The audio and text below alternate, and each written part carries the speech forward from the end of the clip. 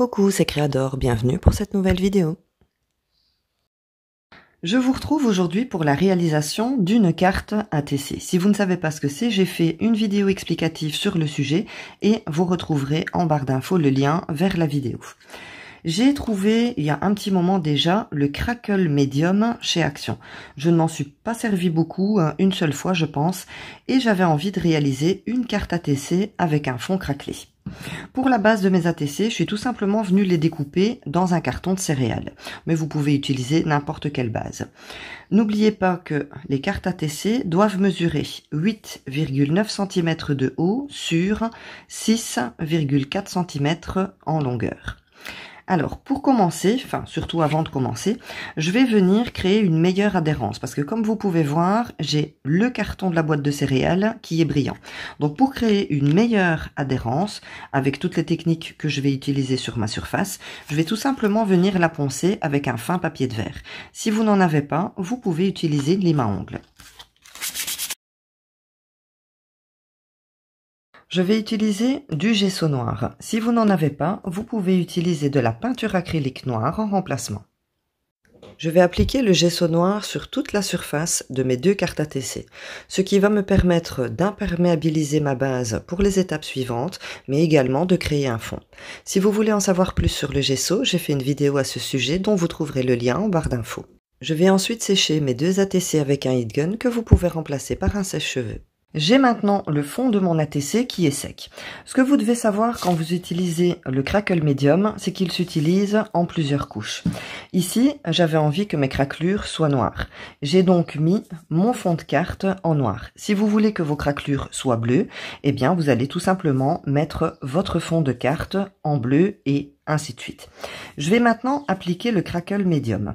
Je vais l'appliquer avec un pinceau. Vous devez savoir également que plus vous allez mettre du Crackle Medium et plus vos craquelures seront grandes. Et moins vous allez en mettre et plus vos craquelures seront petites. Donc ici, je vais mettre un petit peu de Crackle Medium sur mes cartes et je vais venir l'étaler au pinceau pour avoir des petites craquelures.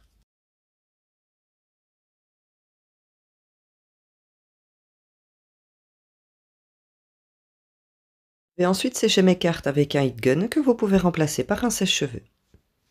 Avant de venir appliquer la prochaine couche, il faut absolument que votre base soit bien sèche. Je vais venir appliquer une couleur grise. Alors, je vais mélanger ce qui me reste de gesso noir avec du blanc. J'ai plus de peinture acrylique blanche, donc je vais le mélanger avec du gesso blanc pour avoir un gris qui est assez clair. Une fois que j'ai mon mélange de peinture, eh bien, je vais tout simplement venir repasser mes deux fonds d'ATC.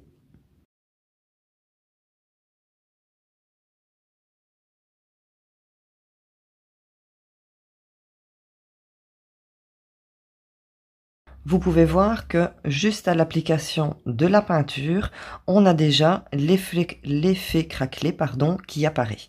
Maintenant, je vais tout simplement sécher mes cartes avec un heat gun.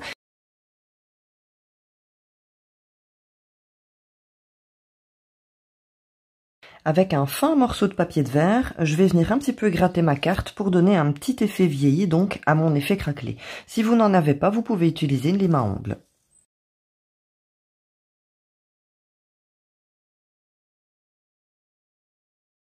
Pour colorer un petit peu le fond de mon ATC, je vais utiliser les encres à alcool de chez Action. Vous allez également avoir besoin d'alcool en spray. J'ai tout simplement pris un spray que je suis venu visser sur ma bouteille. Ça fait un petit moment que j'ai ces encres et j'ai la pipette qui ne fonctionne plus.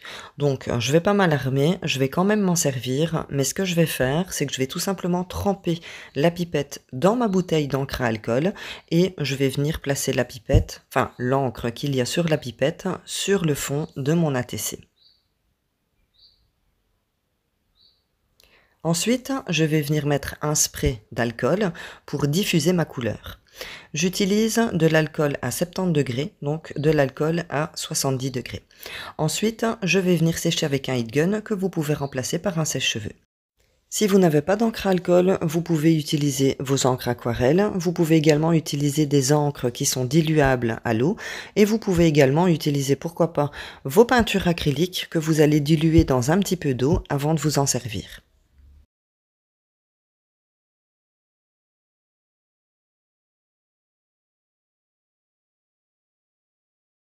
Pour la décoration de mes ATC, je vais utiliser cette planche de tampon qui vient de chez Globeland, si je ne me trompe pas. Je vais utiliser le petit quadrillage qui se trouve juste ici. Alors, j'ai posé mon tampon sur un bloc acrylique et je vais utiliser l'encre StazOn. J'utilise l'encre StazOn parce que c'est une encre avec laquelle on peut tamponner sur toutes les surfaces. Donc, comme j'ai mis plusieurs couches de peinture acrylique, ainsi que des encres à alcool, j'utilise l'encre StazOn pour être sûr que mon tamponnage soit correctement tamponné. Je vais le tamponner juste ici sur le côté et je vais faire la même chose sur ma deuxième ATC.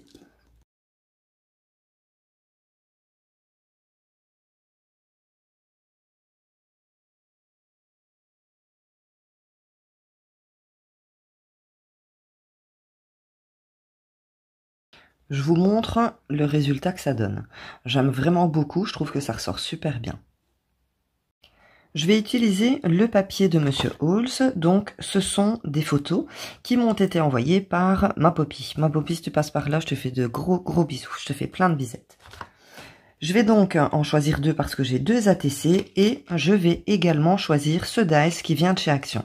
Je vais utiliser le plus petit et je vais utiliser un papier blanc parce que j'ai un fond quand même qui est assez foncé et je trouvais qu'il fallait un petit peu éclaircir tout ça. Donc je trouve qu'avec une découpe blanche, ça fait bien ressortir. Je vais donc coller le dies. Et pour ça, je vais utiliser ma colle Tacky Glue que je vais mettre donc dans ma petite bouteille avec une petite aiguille parce que c'est beaucoup plus simple à coller quand on a des petits éléments comme ça.